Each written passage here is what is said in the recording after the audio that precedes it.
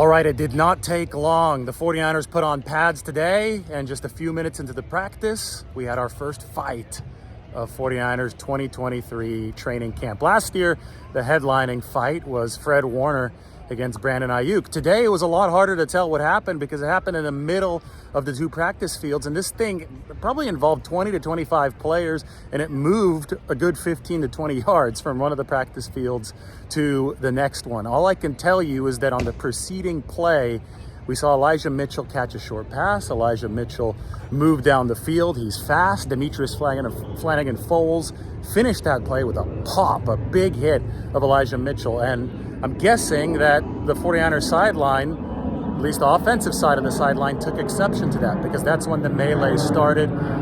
Supposedly there were punches thrown. It was really hard to see.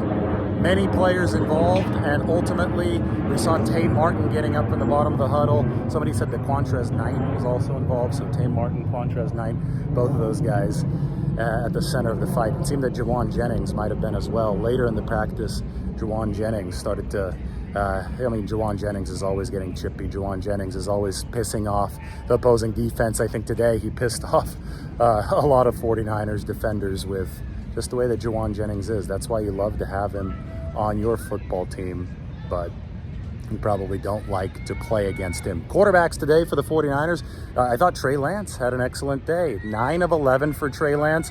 Speaking of Tay Martin, he made an excellent catch on a perfect throw from Trey Lance to close what we call move the ball work in practice. For the first time this training camp, the 49ers did move the ball work, which means the offense and defense split up onto separate sidelines instead of all just watching from behind the play. You're not just running normal installation work, you're actually running situational football. So today they worked some 3rd and 5s, then they did some chain moving stuff. So it was 1st and 10, however much you pick up, then you move the football to there. It's much more situationally oriented, much more predictive of how a quarterback's going to do in gameplay. And lo and behold, Trey Lance had his best practice so far. His only, miss for a long time until there was an incompletion later on was a throw behind Jordan Mason on a swing pass that I just think was a miscommunication. Mason kept on running, Lance threw it behind him. So mechanically, there was nothing wrong with the throw, which I think, given Trey's struggles and some of these short passes, that's important to know. You wanted to be mechanically sound with the accuracy, and I think that he certainly was today. John Lynch spoke earlier today,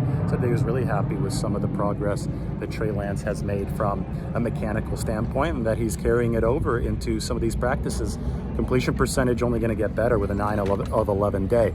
Brock Purdy threw an interception today to Dre Greenlaw that was really ugly, which followed a bounced throw to Charlie Werner, who was about 15 to 20 yards downfield. So for a 2-throw stretch, Brock Purdy was, just floating up some bad passes, but that was the only really poor 2-throw stretch of the afternoon for Brock Purdy. I had him at 12 or 13 of 16 on the entire practice, and there was a string of several straight completions.